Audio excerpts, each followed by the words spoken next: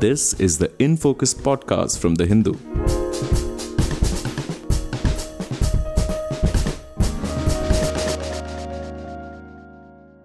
Hello and welcome to another episode of the In Focus podcast. I'm your host, G. Sampath. The Supreme Court in May this year directed the Ministry of Information and Broadcasting to set up online portals where advertisers and ad agencies can upload self-declarations. In these self-declarations, the advertisers would have to certify that their ads contain no misleading content and are in compliance with all applicable regulations. With the ministry complying with this directive, starting from June 18th, no new ad campaigns can be released without this self-declaration. Now, this mandate seems well-intentioned. The objective is to curb misleading ads and protect consumer interest, but it has not found favor with industry bodies.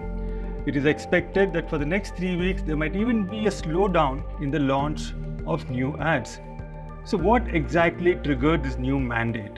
And why is the ad industry unhappy about it?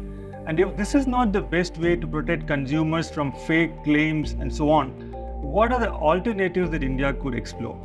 We discussed this developing story in this episode of In Focus, and we have with us Gauri Gokhale, lawyer with Nishit Desai and Associates, who specializes in technology, media, advertising and entertainment and data protection law. Ms. Gokhale, thank you so much for joining us and welcome to In Focus. Thank you. You summarized the issue quite well. Thank you, Ms. Gokhale. So to start with, as a lay person, the general impression most people have is that this mandate, which was brought in following a Supreme Court directive, is to protect the average consumer from misleading ads that promote gambling, which is banned in India and so on. So what exactly did the Supreme Court's May 7th order lay down? Can you give us a quick overview of the logic, the background behind this self-declaration mandate? Sure. I think, most important thing is to understand why this, first of all, case started, right? So as most of us may be aware, and you must be reading in newspapers, Patanjali was accused of, putting out misleading ads in several sort of media. And the Indian Medical Association essentially was perturbed by the ad, which basically spoke about Ayurveda, of course, during the COVID times, the benefits of that, but also discredited the allopathy, right? So ads were alluding to that kind of an allegation. So because of that, obviously the body was concerned and they filed complaints, and the case against such misleading advertisements. So, this case has been going on for months, during which time the court essentially, of course, took, declarations from Patanjali about, their previous advertisements and the like. So, multiple hearings have happened of this case. But whilst the Supreme Court was examining this issue, it expanded the scope from Patanjali advertisements to other FMCG advertisements, and it wanted to examine whether India does have a robust mechanism to, to sort of curtail misleading advertisements. So what happened is it then implemented different government ministries and departments. For example, Ministry of Information and Broadcasting. They included Department of Consumer Affairs, that is Ministry of Consumer Affairs. Then they also included FSSI, which is the Food Department, right? They also included MIB, which is the Information and Technology Ministry. And they sort of try to understand, what are the various mechanisms out there to curb the misleading advertisements. So each of these ministries, filed their statement before the court, affidavit before the court. And there are further, affidavits are still pending, which will be filed, in the coming weeks for the next date of the hearing, which is 9th July. But whilst the court was examining, it felt that while we have the law in place, right, you do have misleading advertisement related guidelines under the new Consumer Protection Act, which was the 2022 guidelines. We have rules under FSSAI, we have certain laws applicable to cable television, etc. Right? But when the court looked at all of this, they felt that the accountability at the advertiser level is missing, right? Because they saw that the enforcement is not to the extent required, right? It is still examining, as I said, the affidavits are yet to be filed on enforcement, full-fledged affidavits, but it felt that the advertiser accountability is required, and therefore they said that the self-declaration where the advertiser and advertising agency are required to self-declare that they are complying with the guidelines of 2022 misleading ad guidelines, right? And that self declaration has to be made available to any media on which that advertisement will be published, and the media is required not to publish that ad till they get the confirmation of self declaration from the advertiser, right? So this is just in short the process. One thing, however, I want to point out that the entire discussion throughout all these orders has been focused on health related claims, right? So even if you see the actual operative part of the order, which is para 24 of the 7th May order, it starts in fact, 23 and 24. They in fact start by saying this is to protect consumer health, right? However, when you read the order, there is that lack of clarity, I believe, and which we will discuss in more detail, as we go along. The question really is that whether this particular process of self-declaration should be applicable only to health claims, or it is applicable to anything, all and sundry, right? So that is where everybody is really concerned. If it is applicable to all and sundry, then what happens, right? Apart from the fact that the overall self-declaration mechanism itself is somewhat practically problematic, is what the industry is currently saying. So I'll stop here and see if you have any follow-up questions on what I said thus far. Right. No, thank you so much for this rather comprehensive overview of the Supreme Court's order and the logic behind it. I mean, it sounds all very rational when the way you lay it out. There is no accountability, as you said, at the advertiser level. And how do you ensure that? Get them to do a self-declaration, and it seems a very good thing, especially when consumer health is at stake. But as you sort of hinted at, here maybe it might be worth it, but is it really viable if you want to expand the ambit of this to all kinds of claims across sectors, not just health? So now, moving on from this point, assuming that this is going to be there, it is going to be there for all sectors, not just health. What does an ad agency and an advertiser have to really do? Do they have to upload an actual copy of the ad, digital ad, video of the ad, and then get a certificate from the government? How does this work? That's an interesting question. And, if in fact I sort of attended the portal demonstration, right? When you, in fact, see the portal demonstration, I believe, and, this is the question of interpretation. What the Supreme Court really wanted is only a self-declaration, with respect to an advertisement, right? But I believe what MIB has done, and, that is their interpretation, they have sort of gone slightly beyond to not only take a self-declaration with respect to, say, a particular advertisement. They also want them to, sort of explain the script of the advertisement, upload the video if there is an applicable video. For example, for television or digital, there will be a video, right?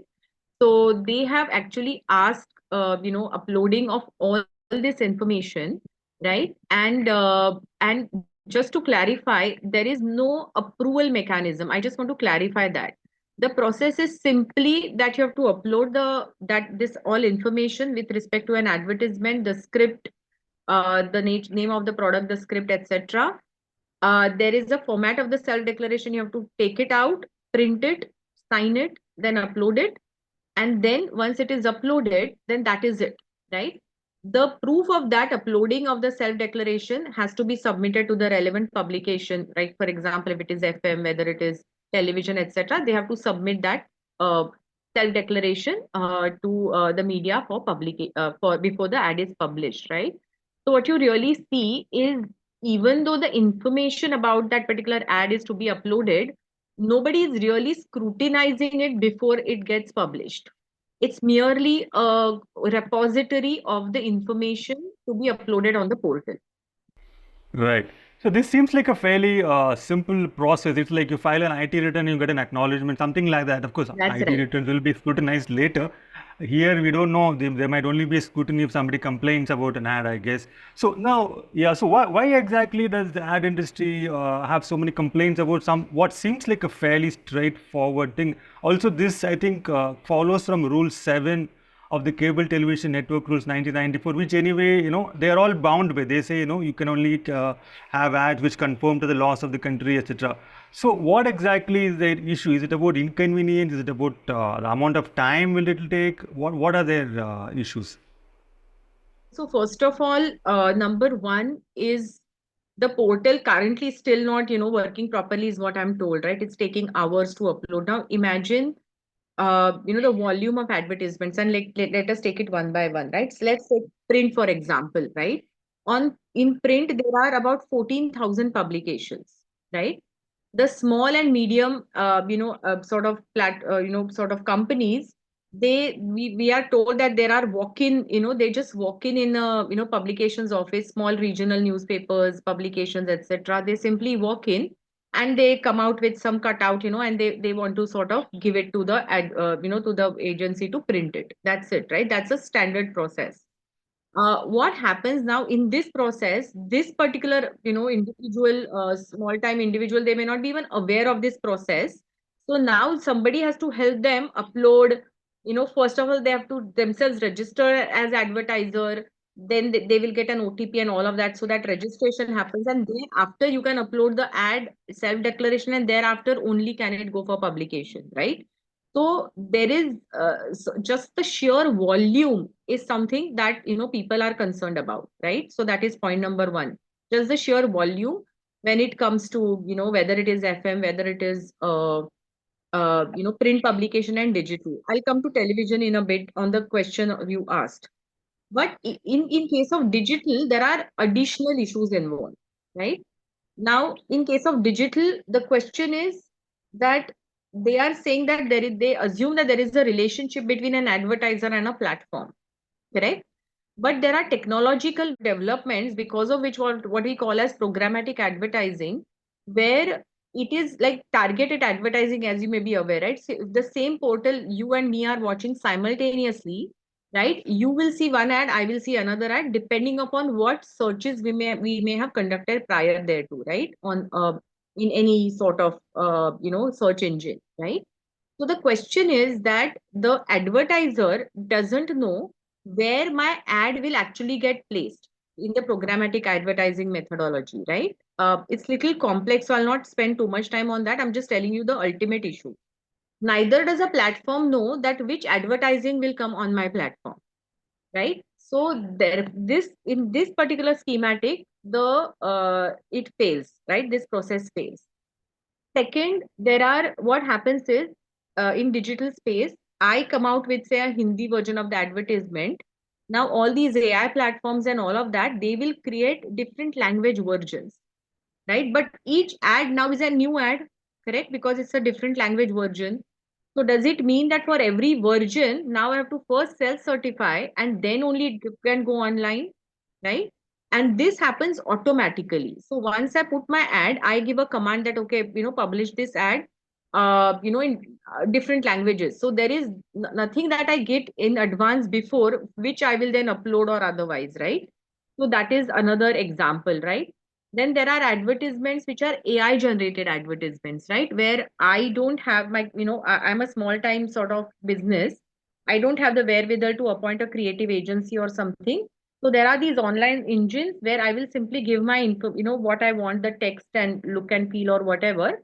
And that ad gets generated and posted, right? Automatically, right? So all these digital, sort of platforms of the way they work today, doesn't have the wherewithal to first download the ad, then upload the ad, and these are millions of ad, probably going out there, right? So the another concern, honestly, on a practical level, is whether the portal even has the wherewithal to support such volume of the advertisements, and whether portal is likely to crash because of the sheer volume, right? So this is the practical concern, that is being brought about. I'm just giving you the highlight points. There are many other concerns. Now coming to television rule 7 that you mentioned, rule 7, if you really see, it's merely saying compliance with law, right? the declaration, if at all, that Rule 7 refers to, is only in relation to surrogate advertising, where there is an affidavit to be filed that the product that you are, advertising, right, in fact is a genuine product and not simply a, use of the same brand name of a prohibited product, right? So it's a genuine product out there. As you may be aware, the water and the CDs examples that we have seen in the past, right? So that declaration was limited to surrogate advertising and not all sorts of advertising, right? Somewhere, if you see the order, it refers to, Rule 7, the self-declaration like Rule 7, but Rule 7 declaration is not for every advertisement. It's limited to surrogate advertising, right? So therefore, there is slight confusion in the manner in which we have to read that particular, paragraph in the order, right? And the other thing is, the order actually first starts focusing on the compliance with respect to the misleading guidelines, whereas MIB has gone about and added compliance with other laws and Rule 7 and all of that, which was not as a technically part of the order, but that doesn't really, create a lot of issue, because ultimately a self-declaration is to be given, for one advertisement in any case, right?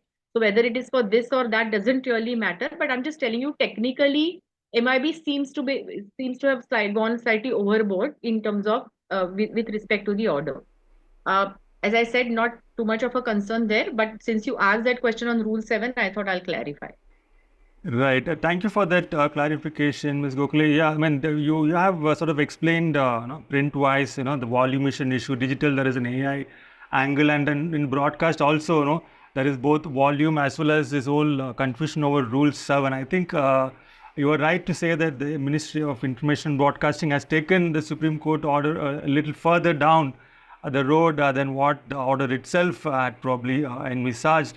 Now, coming to the impact of this entire set of requirements, today is the day it's going to kick in. So, and there are industry bodies, and you've read news reports that they have given some kind of an advisory saying maybe go slow for a 3-week period. And the government claims that there is a 2-week buffer period to smoothen out whatever teething problems of this entire new setup.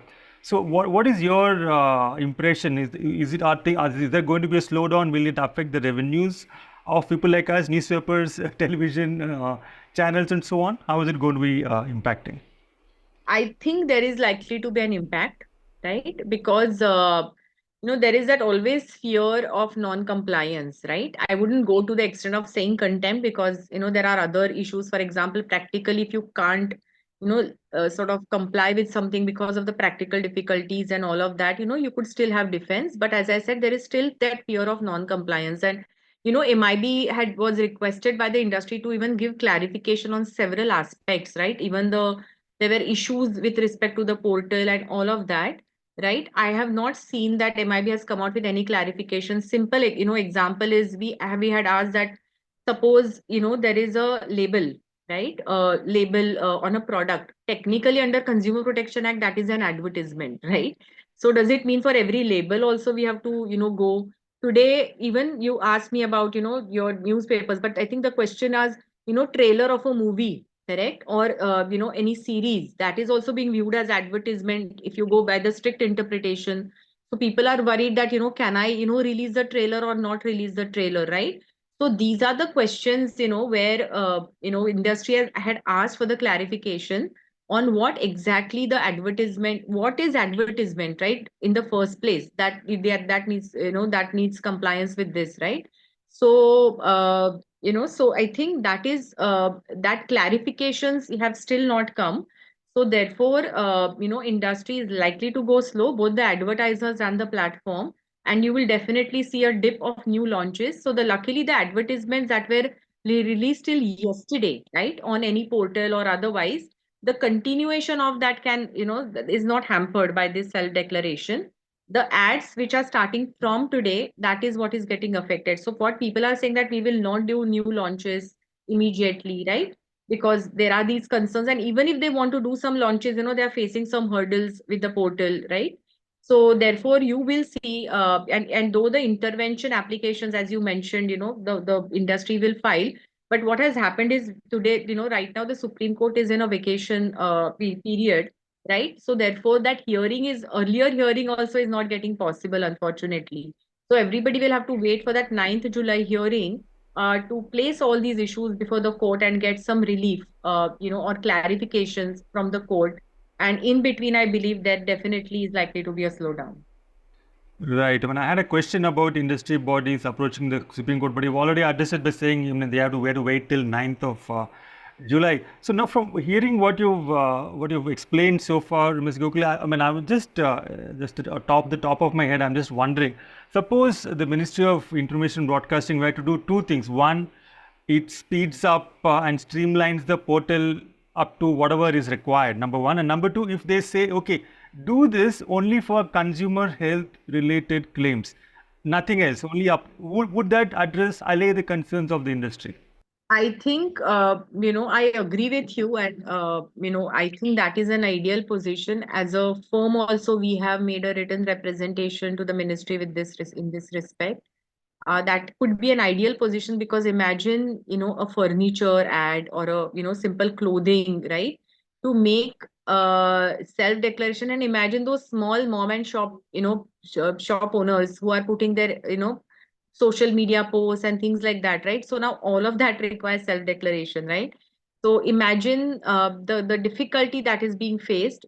So I hope the ministry, takes some advice and, sort of gives that kind of relief to the industry if they can. But I can also understand from ministry's perspective, right? Because, the way the order is written, they may hesitate to take that view, though one can sort of say that, okay, that is the way the order should be read. But the ministry, if it's not very clear about that, then they may hesitate to sort of give that clarification to the industry. Right. So one last question, ma'am, before I let you go. So, taking this as not just applicable to consumer health, as you said, the directive applies across the board. So, if we really, as the Ministry of Information Broadcasting, as the Government of India, I want to protect consumer interest, not just in terms of health-related misleading claims, but also ads which are promoting gambling. There are influencers who are promoting gambling, and which are like really a social evil. What is the consensus view in as per Indian law at today? So, what kind of an alternative regulatory mechanism would you suggest or envisage to protect consumer interest in this kind of a context? Sure. So let me first deal with the gambling point that you mentioned. I think the Ministry of INB and Consumer Affairs Ministry have already issued several advisories, last couple of years on the gambling related advertisements, right? And they have substantially come down, right?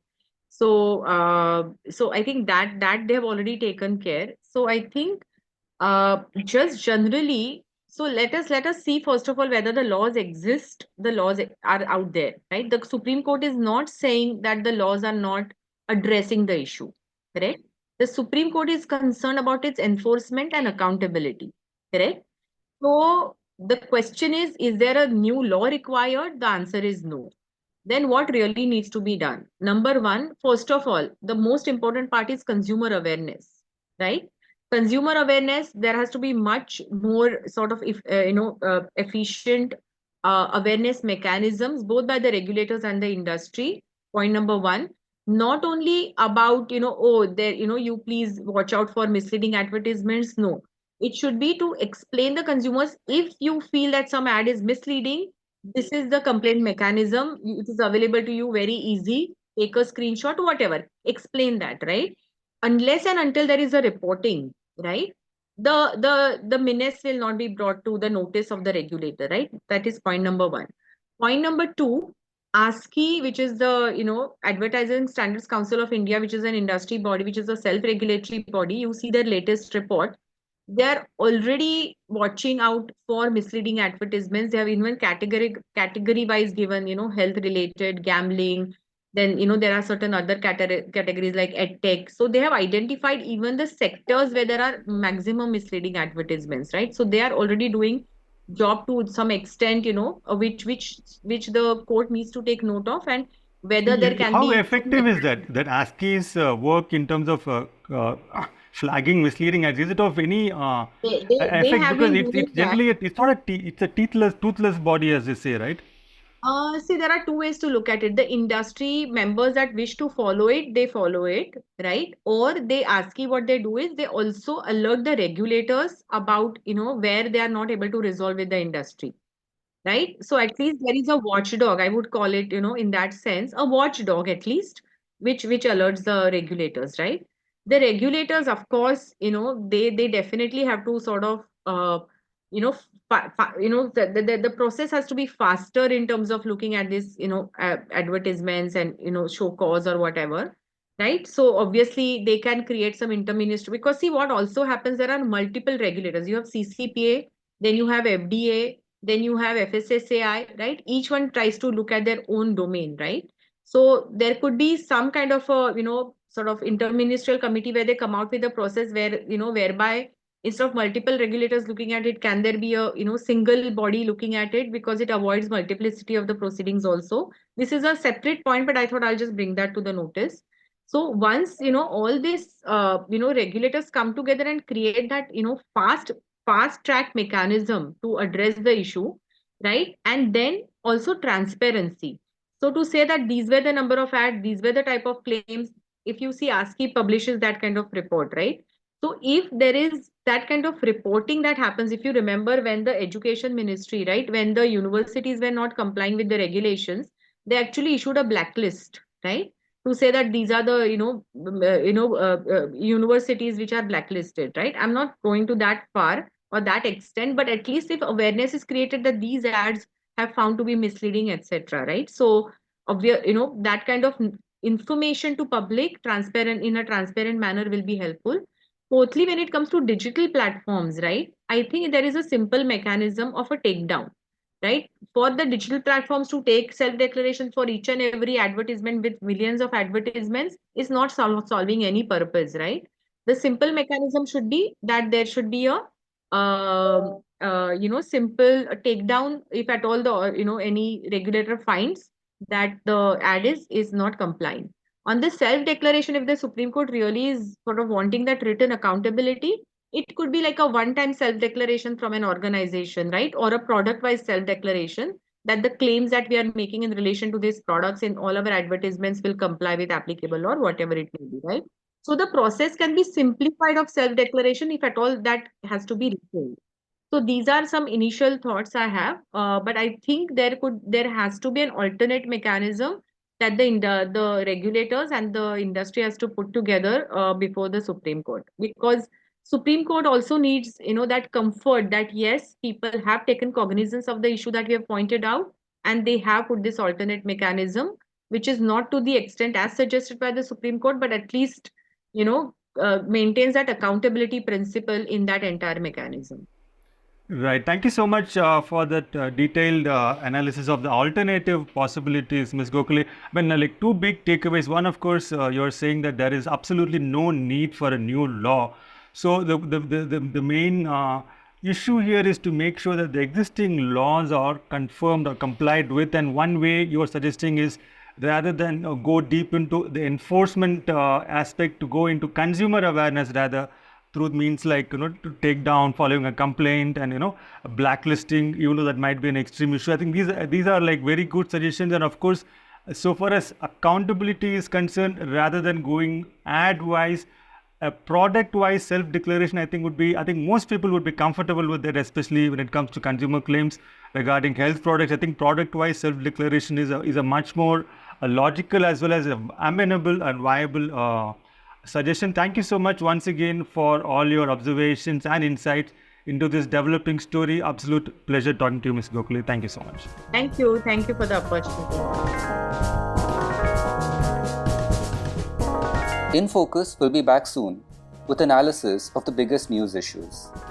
In the meantime, you can find our podcast on Spotify, Apple Podcasts, Stitcher, and other platforms. Just search for In Focus by The Hindu. We'll see you soon.